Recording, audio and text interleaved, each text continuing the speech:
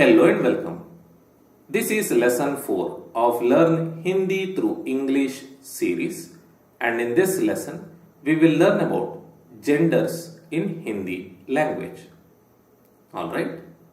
Now, in English we have three genders: masculine, feminine and neuter. Man, father, boy, uncle, prince are some of the examples of masculine gender. Woman, mother, girl, aunt, princess are some of the examples of feminine gender. Child, spouse, parent, horse, house, spoon are some of the examples of neuter gender. Now this is easy, right? In Hindi, we have only two genders, and this is what confuses and makes Hindi difficult for most of the people. Okay? We have only masculine and feminine genders. We do not have neuter gender in Hindi. Boy is masculine in Hindi. Son is masculine in Hindi. These two are straightforward.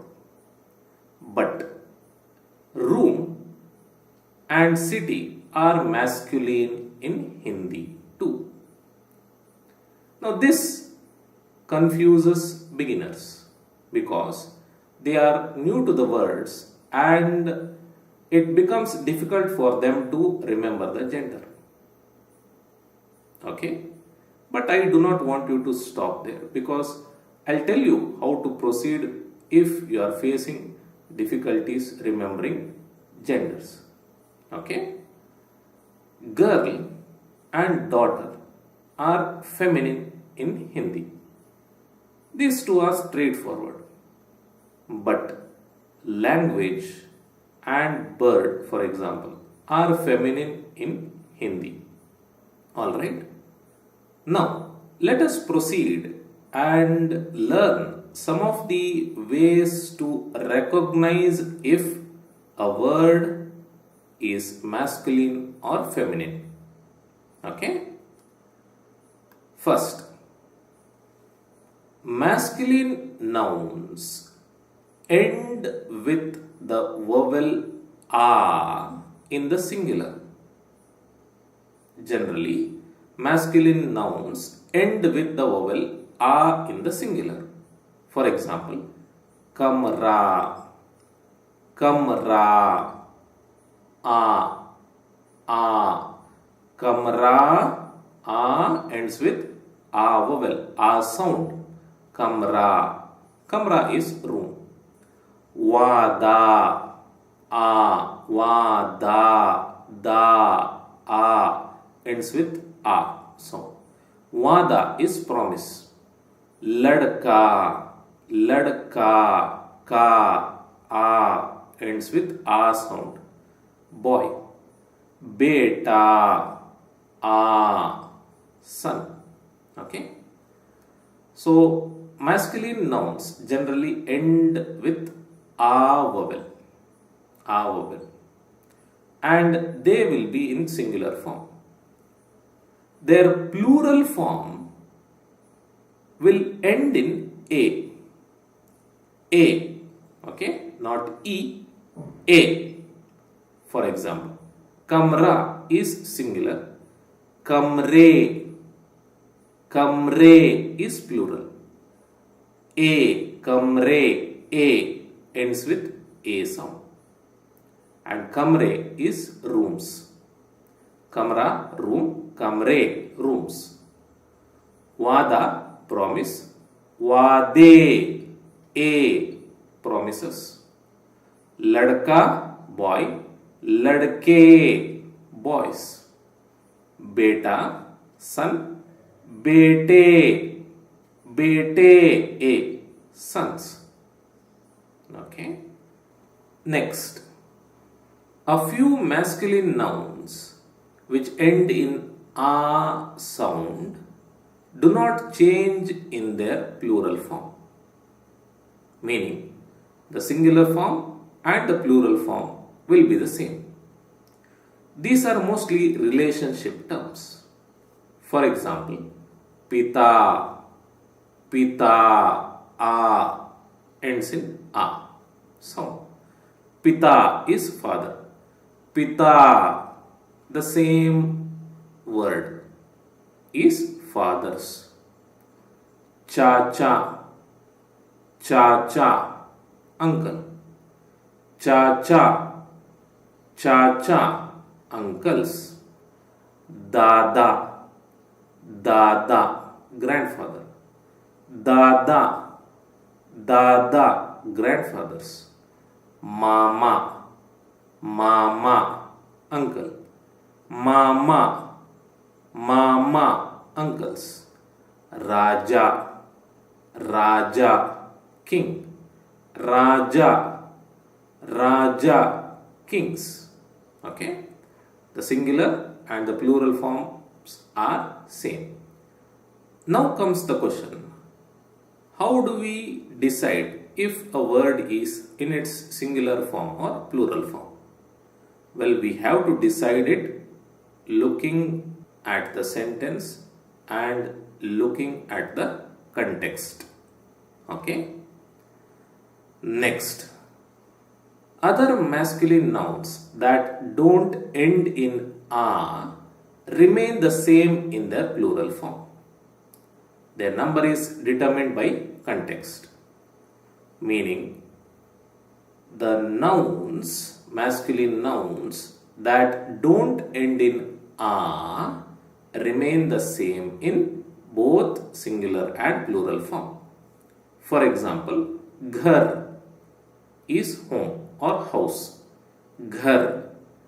This doesn't end in a sound. Okay? Ghar is singular. Ghar is plural too.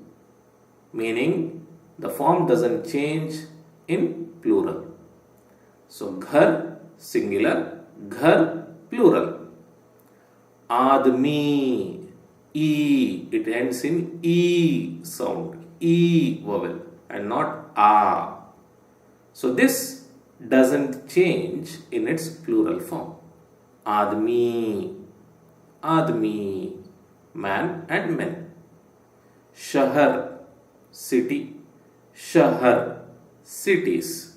Makan, house. Makan, houses. Okay. Next, feminine nouns typically, generally end in e in the singular and iya in the plural. E, iya. The n must be pronounced with the help of the nose. Okay. For example, mithai. Mithai, sweet. Mithaiya, mithaiya, sweets. Mithai ends with e. Now this is reduced to e and then ya. This is e, this is e. Ya.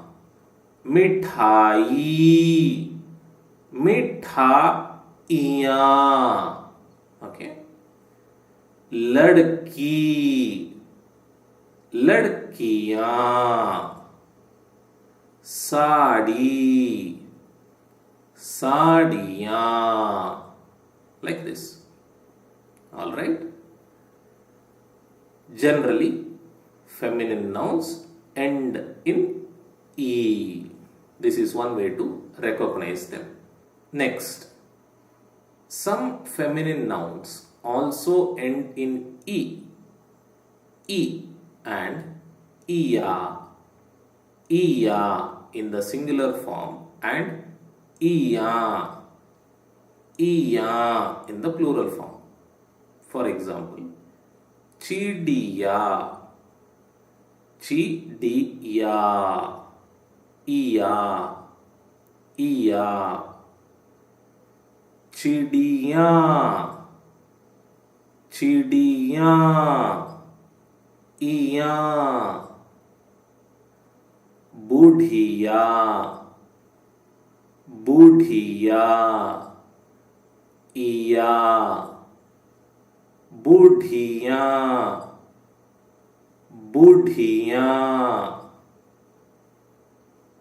प्रति, प्रति, ई, प्रतियां, प्रतियां, इयां. Okay. Rest of the feminine nouns end with a in the plural form. Rest of the feminine nouns, meaning the ones that do not end in e or e or iya. Okay.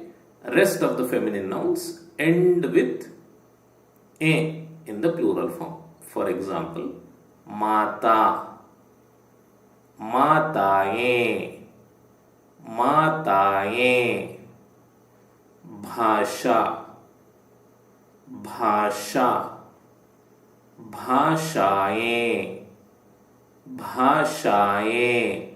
So you can see it is ending with a in the plural. आशा, आशा, आशाएं, आशाएं. औरत, औरत, औरतें, औरतें. किताब, किताब, किताबें, किताबें. मेज, मेज, मेजें, मेजें. Okay. Next, the words ending with ta are generally feminine. For example, safalata ends with ta. Sahayata, sundarta, एकता, सदस्यता, आवश्यकता, मित्रता, योग्यता, राष्ट्रीयता, क्षमता. Alright, so all these are feminine nouns.